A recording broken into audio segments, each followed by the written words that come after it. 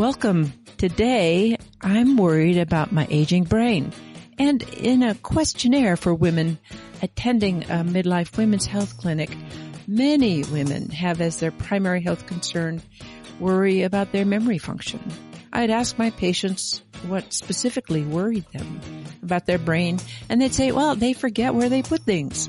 I often reminded them that forgetting where you put your keys can be normal.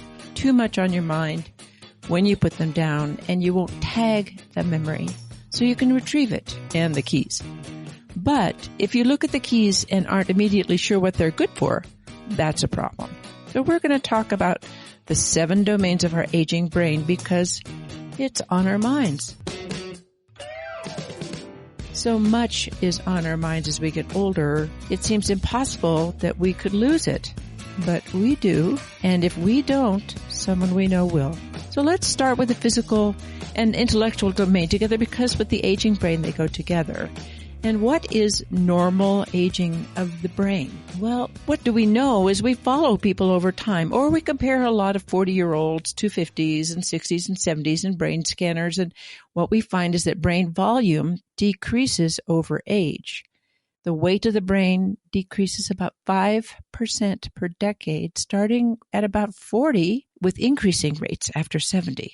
And the loss is both the number of the brain cells and the connection of the cells. If you look at a microscopic picture of the part of the brain, it looks like a tangled, messy spider web with everything connected with little bitty lines. Aging causes these connections to unravel.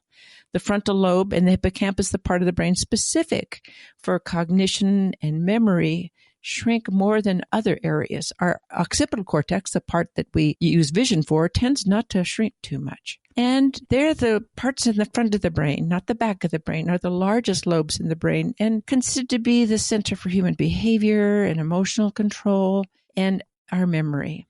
Now, some changes in thinking are common as women get older. For example, older people can be slower to find words and recall names.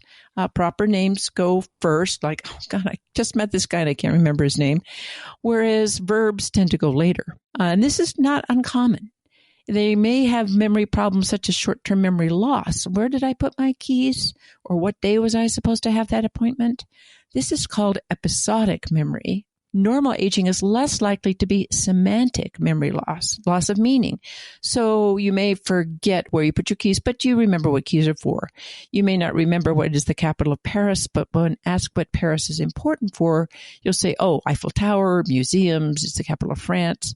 We tend to have more problems with multitasking. I'm going down the hall to dust the bedroom and stop to put something in the bathroom, put the laundry away, and what was I supposed to do in the bedroom?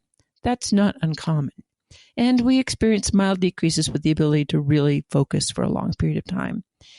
But there are problems with aging of the brain that make this process of the brain shrinkage and brain function decline much worse. And some of those things can be caused by inflammation or decreased blood to the brain. So high blood pressure, high blood sugar, diets high in calories and low in antioxidants foods like brightly colored fruits and veggies, living in a chronically high stress level, air pollution, and smoking of any kind, all these can cause inflammation in the brain, and these can result in a bunch of stuff that's really bad for the brain, not normal aging, which includes big strokes, where a big chunk of the brain has died, or small vascular dementia, where you get demented because there are little areas that have died because you had little teeny strokes, and that makes up about 15 to 30% of dementias.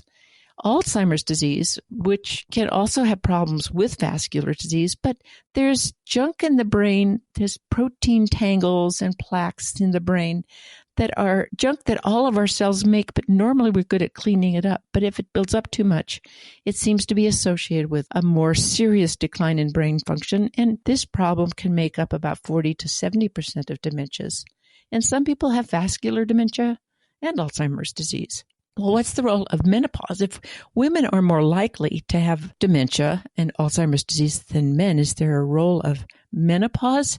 Well, women in the menopausal transition complain of brain fog, and it could be associated with a drop in estrogen and more hot flushes and poorer sleep.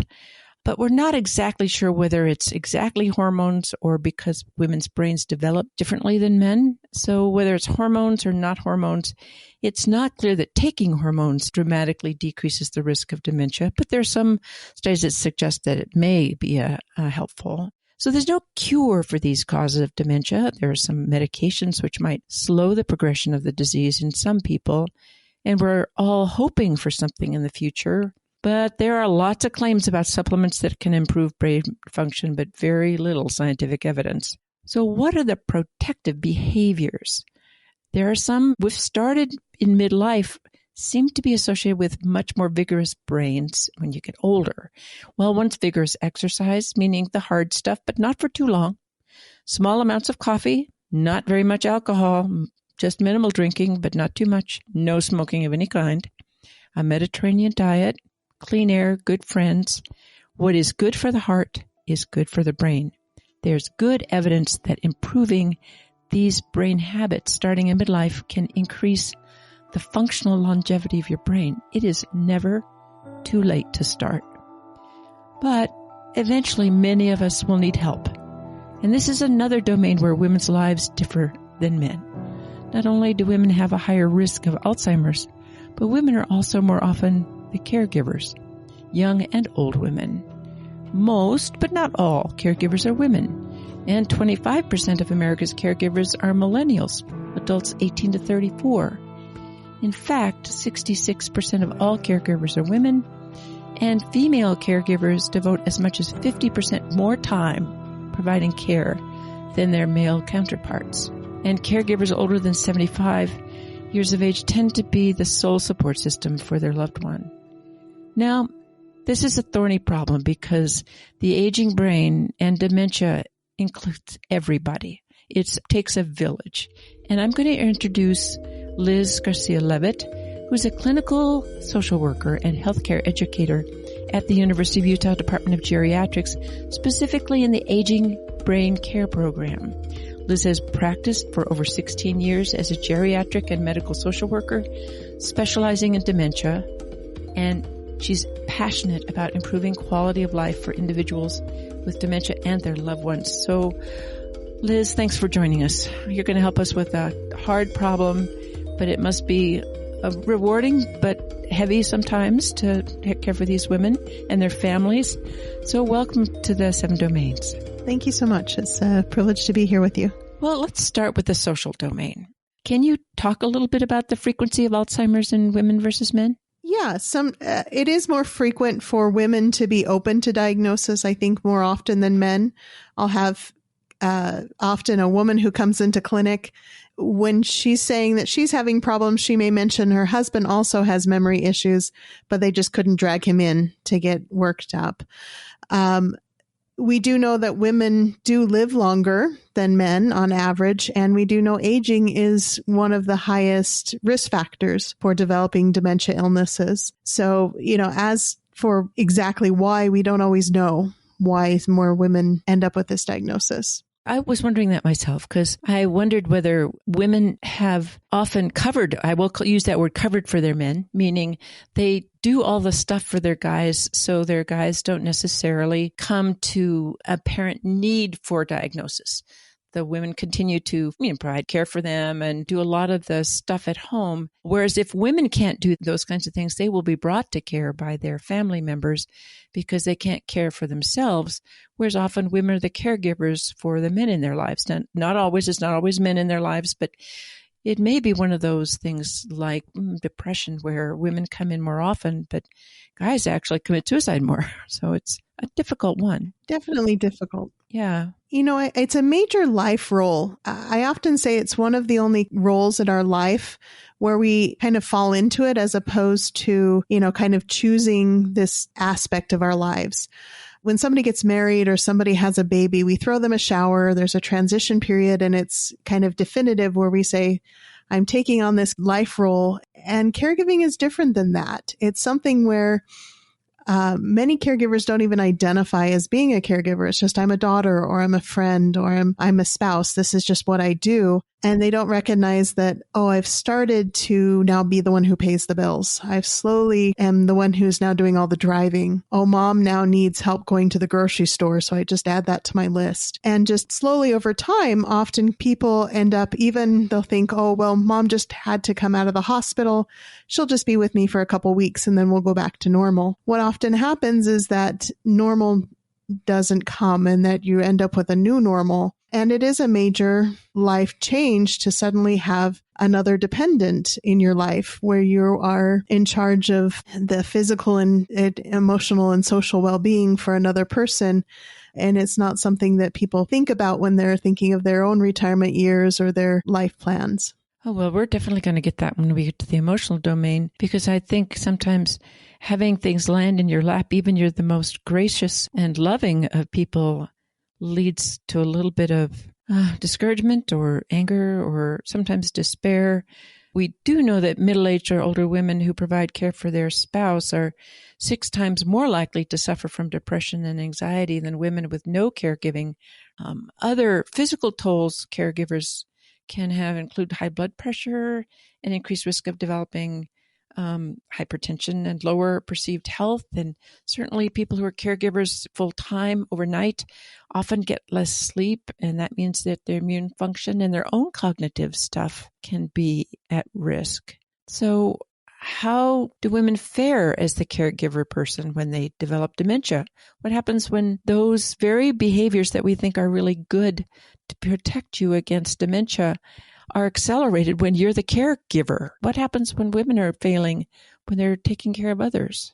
I think it is different for every person. Every caregiver is a little bit different. I tend to find the ones that struggle the most of making that transition from being the person who's always helped and always been the giver to suddenly having to receive help. I tend to find that those who are willing to give up control tend to do better than those who just continue to hold tight to their control as they're learning and kind of losing the ability to do things for themselves. It's a really tricky thing. Many dementia illnesses inherently have changes in insight, where the patient themselves often feels like, I'm fine, I don't know why everybody's picking on me, I don't have any problem.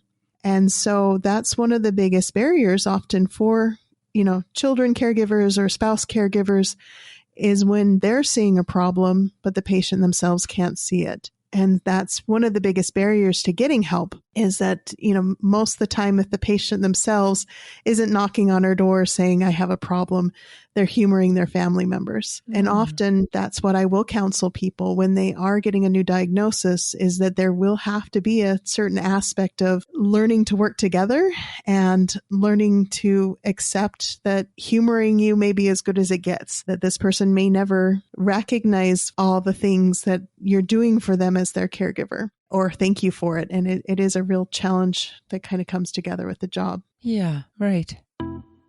Well, in the environmental domain, I think about, first of all, I have to put a quick note because anybody who's listened to me more than once knows that I'm a clean air advocate.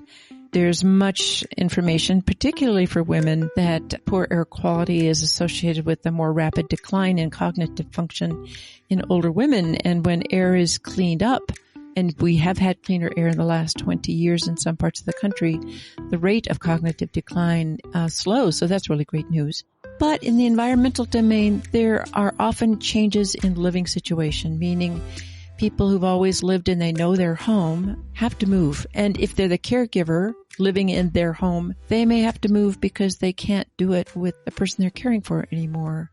So what are the struggles that persons with dementia face when they change their home and living situations, Liz? Well, especially with Alzheimer's disease, new memory and new information has a harder time sticking. And so often people will say, oh, we made this move and we saw a sudden change in our loved one.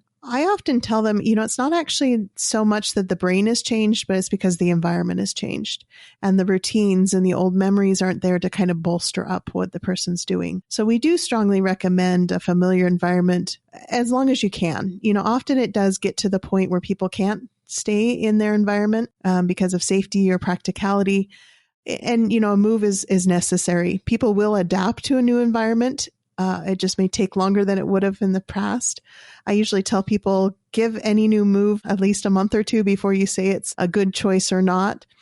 But, environments are really important. Often patients have a hard time initiating activities.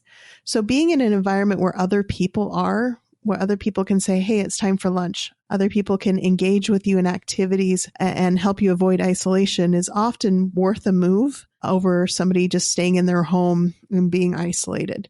So all these are factors with the living situation that need to be taken into consideration. And it is a new normal for patients as well as their caregivers. If you're saying, I'll just have my loved one move in with me and we'll just share a home, you really need to recognize that that's a huge change for both of you and not a decision people should fall into lightly.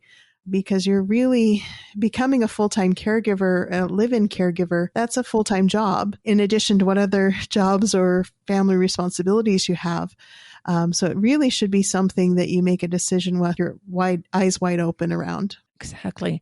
And I know before you came to the U, or is part of your many years of taking care of families around the issue of dementia, you've probably visited nursing homes and retirement facilities. How do things work with the caregiver who actually moves out of their home with their loved one who has got dementia? And so they now have left their home as well. Can you have any stories or ideas about whether, you let someone go without you or you go with them? It's such a personal decision. I have caregivers who've done both. And often, spouse caregivers, they get really attached to their loved one and so protective that sometimes even moving into a care situation where there are, built-in aids, built-in supports and activities, there's still a tendency of, well, but I still have to do everything.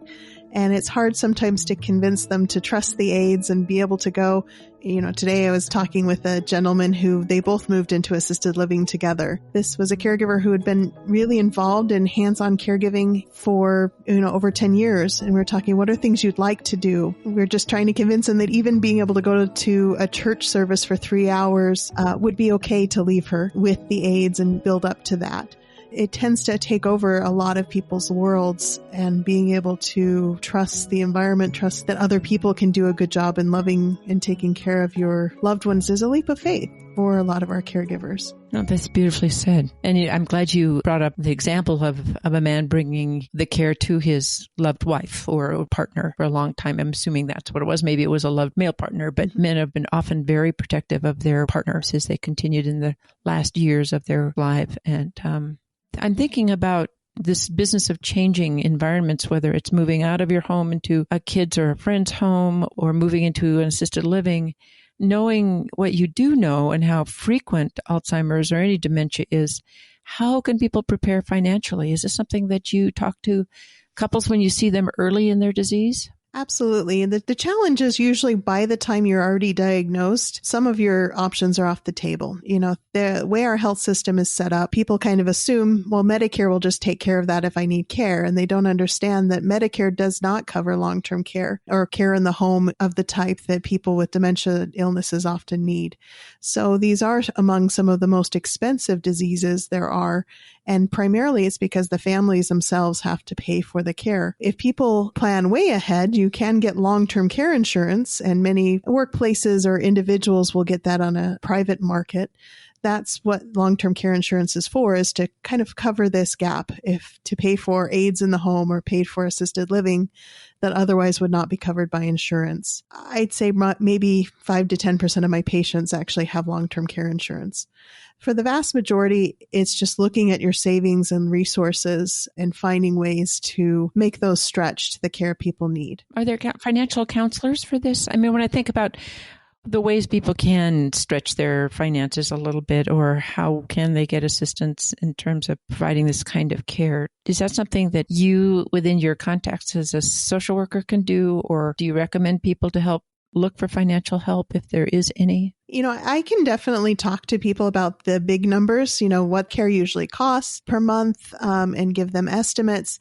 I don't usually know the person's financial situation when they first come to see me. And so part of that is having them trust me enough to kind of talk in the general categories of where they're at. And also talking about what are our safety nets, things like Medicaid, which you have to make a very little amount of money and have used up all your resources towards care for that to eventually kick in as a resource. So most people, we usually recommend starting with something as simple as having an aide come into the home for a couple hours a week and then kind of building from there. Not everybody needs assisted living. Not everybody needs full-time care. But we talk about, what's working right now, what's our plan A, and then what's our plan B if you do need more help. What's our plan C if something happens to your primary caregiver? Because knowing that the stress it does put on the caregivers, there are many sad cases where the caregiver themselves passes away first. And so talking about the financial impact and also the physical impact of that. We try to draw in larger family groups or, build the network for people to make sure it's not all landing on one person. Often there may be adult children or siblings or other people in the family who would be happy to support and help, but they're not always clued into the severity of the situation. And so a big part of my job is to kind of build up and do family meetings. And we'll tell a story of a dear friend whose husband developed a kind of frontotemporal dementia, which tends to hit a little earlier. And when he was finally diagnosed, she did all the care for him up to the last several months of his life. And actually, we did a podcast on the scope with her on long-term care or being a caregiver. And she calculated, she said, relentlessly optimistic and a very wonderful, bright woman. And she said, well, I figured it was going to be $100,000 a year to give him the kind of care that I wanted. And I never had a job that ever paid that much. So I consider this the best paying job I ever had. And I thought, well, I never really thought of it that way. But she took this perspective of what would it cost and could she do this job? And she did with a great deal of love and care. She gave her husband the kind of care she would have paid $100,000 a year for. So up until the last several months of his life. And so the costs really can add up. And some people who have the resources to try to do long-term care insurance say, oh, I just hate paying for something I might not use. And over 50% of people are going to be in some kind of assisted living for more than a year. I try to tell people who are thinking about this or family members who say, I can't afford it. And said, I understand that. Then you should put this much money away in your own savings account then, because it's a pretty good chance you're going to need it for a while. No, absolutely. I have a long-term care policy for myself after working in this field, just because it does give you so many more options. And that's really what it's about is you can save up money, you can use it, but the benefit of a long-term care insurance policy is that I find that if people have them, the guilt of using it goes down because it's kind of a use it or lose it kind of policy.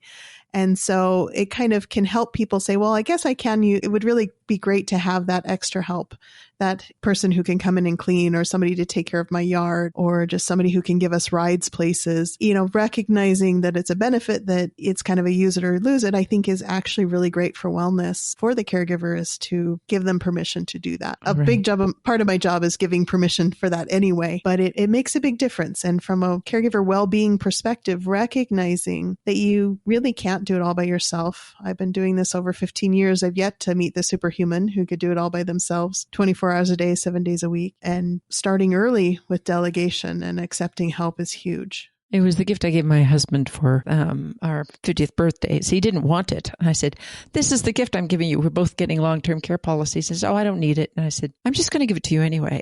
It's like all those other gifts I've given you that you didn't really think you wanted. This one, you're going to want someday. Well, getting back to the emotional domain, we talked a little bit about what happens to the caregiver in terms of giving up sometimes their identity, perhaps, or taking on a role. Luckily, it often happens slowly. So it's not quite like someone who's had a very bad accident and now has someone who's a paraplegic or a quadriplegic and is doing full-time care for them. All of a sudden, it tends to come more slowly, but it's still sometimes a burden, a worry for the caregiver. But how about the patient? The nature of losing your mind, the nature of dementia, is sometimes it affects you lose your personality or the personality that you worked hard to develop. Well, the patient themselves, I think the most common emotion that they tend to display is frustration or anxiety. They may notice that there's some changes that are happening. They may notice that they get frustrated when they go to do something and they can't do it anymore. But it isn't inherently painful in a lot of cases. When we look at somebody who's losing memory or losing ability, we often say, oh, if that was me, I would feel awful in the situation. But we don't look at like a child and say, well, their quality of life must be much less because they have a different cognitive ability than they will have when they're an adult. It's often a different, I like to think of dementia as kind of a different developmental state for a lot of people, where they can have great quality of life as long as their needs are met. And the needs change as people get older. You'd be surprised how stoic most patients are when they get a diagnosis. I've sat in the room, I've given these diagnoses over and over again. It's not something where people often, have a huge emotional reaction to it. I think that there's kind of a tendency to project ourselves into, I would feel that way if I had this diagnosis. But I think it's much better to just take the person where they're at, talk to them where they are at, and see what they are feeling and address it from there instead of kind of putting ourselves in their shoes. Liz, that's one of the wisest things I've ever heard in terms of approaching someone whose cognitive ability has changed from the person they knew. And you're right. I would look and say, oh, I couldn't live like that. But they might be really happy to have ice cream and chocolate chip cookies for dessert. And that might be just great. Thank you for giving us that particular view. As we think about the spiritual domain, I don't know if you think either spirituality or some kind of religious life is helpful in people with dementia or their caregivers. Do you have any thoughts in this last bit?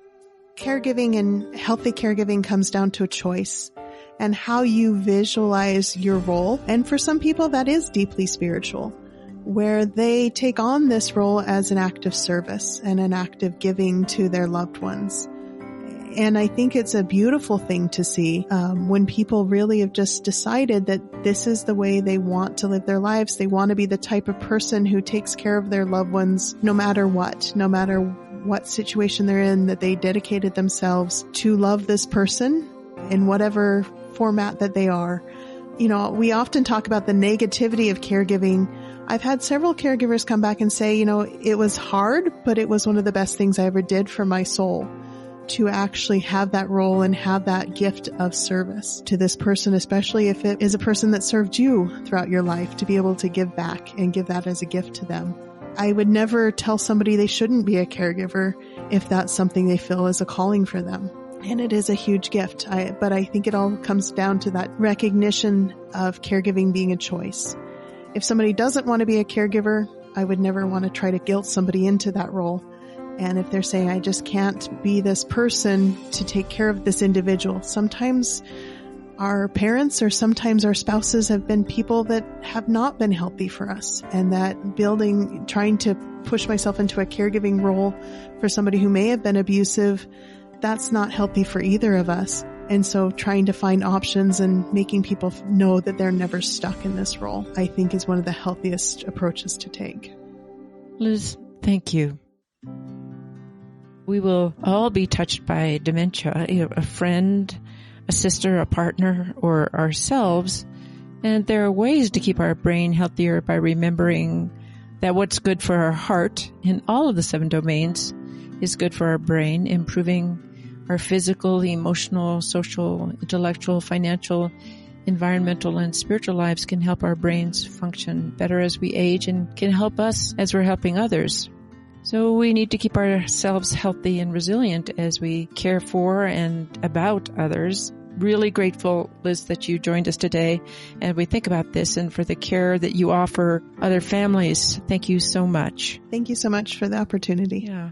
We will end with our 7 domains haiku as we always do. Are you still in there? The person I knew and loved? It would help to know. So thanks for joining us, for all of us who are listening, and join us wherever you get your podcasts or listen to some other Scope podcasts. And we'll see you again. Talk to you again. Bye-bye.